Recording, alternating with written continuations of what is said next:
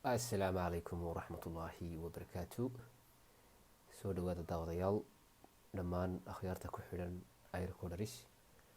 Waa casharadii imtixaanaha ahaa ee aynu ku baranaynay Python. Casharkii ka horreeyey waxaynu soo qaadanay database of Python, taasoo u ah aasaaska ama albaabka laga galo luqadahaba sidoodaba, ama programmingka, ama Python ha ahaato, ama C ha ahaato, ama C++ ha ahaato. Any language aad baranayso marka ugu horeysa waa inaad baran kartaa, waa inaad sheegi kartaa ama garan kartaa database-ka. Haddii kale dee variable maba declare gareyn kartid baan ujeedaa, dabeetana value ma siin kartid, waayo database-ku waxa uu kaa saacidayaa value-ga aad u assign garanayso variable-ka. Ma float ba, ma integer ba, ma string ba, waa maxay, maxaad rabtaa inaad qeexdo. Markaa fadlan haddaanaad casharkaa daawan, waxaan kaa codsan lahaa inaad casharka ka horreeya aad daawato ee ku jira isla channelkan. Haddaba caawa casharka inoo labeeya ee aan rabo inaan inoo soo gudbiyo anoo ballan qaaday inaan ka dhigayo taxane run ahaantii ilaa aynu ka gaadhno heer aynu baranno Python-ka. Maanta waxaynu gudbaynaa, weli waxaan ku jiraa introduction-kii. Maanta waxaynu gudbaynaa numberka Python-ka. Numberska sida bay Python-ku ay u isticmaashaa, imise number bay isticmaashaa, sidee baan u kala saaraa numberada Python-ku ay isticmaasho. Intaba waxaad ku daawan doontaa xalqadan. Waxaan isku dayi doonaa insha Allah soo koobo. Haddaba haddii aad isticmaalayso Python, laba version baa inta badan la isticmaalaa. Waa version waxa weeye Python 2 iyo Python 3. Marka Python 2 iyo Python 3 yacni waxa weeye waa versionska, waa version 2 iyo version 3. Version 3 baa weli hadda lagu jiraa oo ugu dambeeyay update ah. Marka haddaba haddii aad isticmaalayso Python 3, Python 3 waxay isticmaashaa, maxaan ku leeyahay Python 3 waa Python version 3. Python version 3 waxay isticmaashaa saddex number bay Python 3 isticmaashaa oo kala ah integer, float iyo complex waxa la yiraahdo. Maxaan ku yiri saddex bay isticmaashaa. mid waxa weeye waa integer, oo sidaynu database-kii hore kusoo baranay integer wuxuu ahaa xarafka aan decimal-ka wadan. Ka labaad ay isticmaashaa waa Python, waxaan jeedaa waa float, waa numberka decimal-ka wata, ama point-ga wata sidaad u taqaano, ama jajabka leh sidaad u taqaano, iyo complex baa nagu cusub, isagana waynu baran doonaa.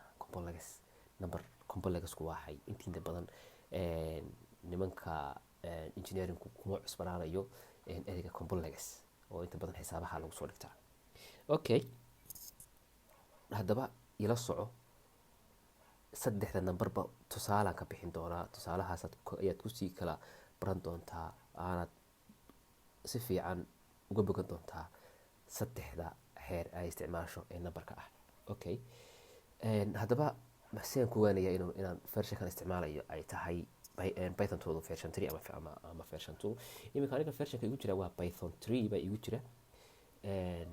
Markaan rabo inaan anoo terminalka jooga aan ka dhex kacsado Python, aniga laabudda waxa igu ah nimanka isticmaalaya Linux-ka, Ubuntu-ha nimanka isticmaalaya, nimanka kale inay ila qabaan ma ogi.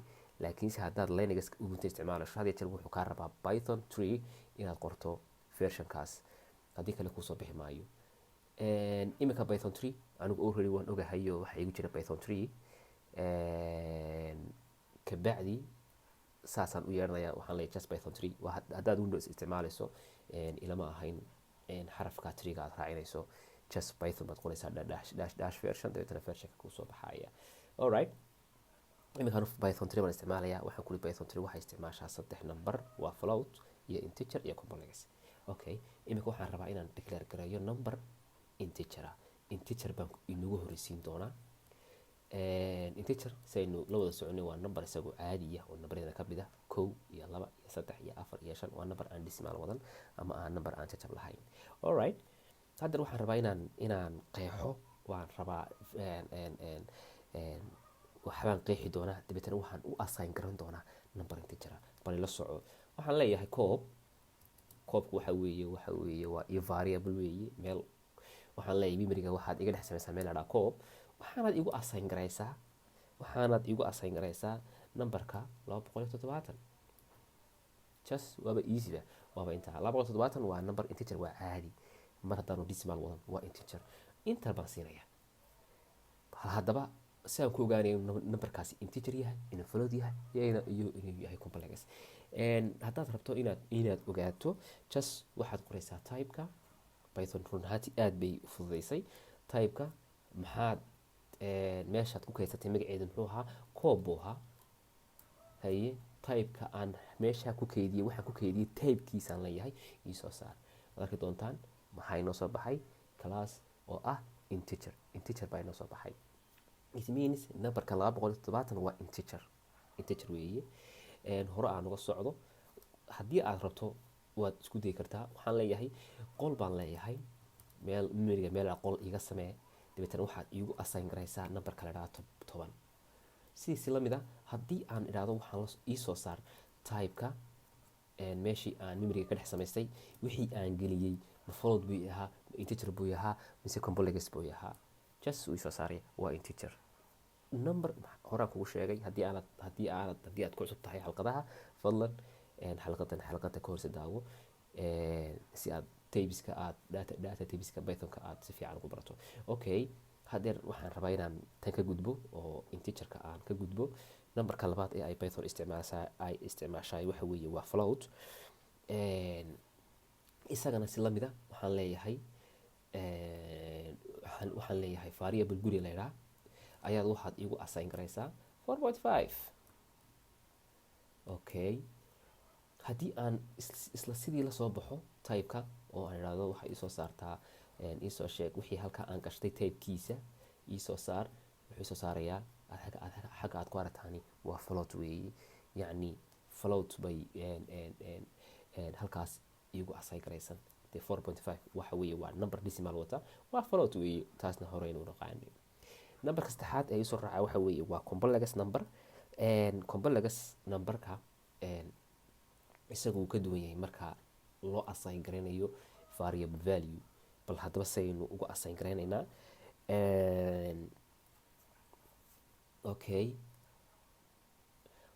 waxaan leeyahay variable la yidhaahdo iisoo sheeg maxaan ka dhigaa. waxaan leeyahay variable la yidhaahdo any kind kaa doonto ka dhig. duniba dheh, dunida ay joogno ayaad waxaad ku assign waxaad valuega aad ii siisaa 7 oo number ii caadiya ah minus baan leeyahay numberka oo laba lambar baan rabaa inaan kala jaro, laakiinse maxaan raacinayaa j complex variable sidiisaba uu leeyahay laba nooc uu kala leeyahay. midna waa real, waxaa la dhahdaa waa real number, midna waa imaginary number. marka had jeer imaginary numberka ayaa waxaa la raacinayaa kelmadda j la yidhaahdo. kelmadda j markeedii hore waxay ka timi kelmadda I baa lagu siisa complex numberka waxaa loo assign garaya ama variablekiisu waxa weeye shayga loo yaqaano I sida xisaabaha aad kusoo dhigateen. laakiinse engineerska qaar baa had jeer waxay isticmaalaan kelmadda j ama ja sidaad u taqaano. halkaasi ka timi.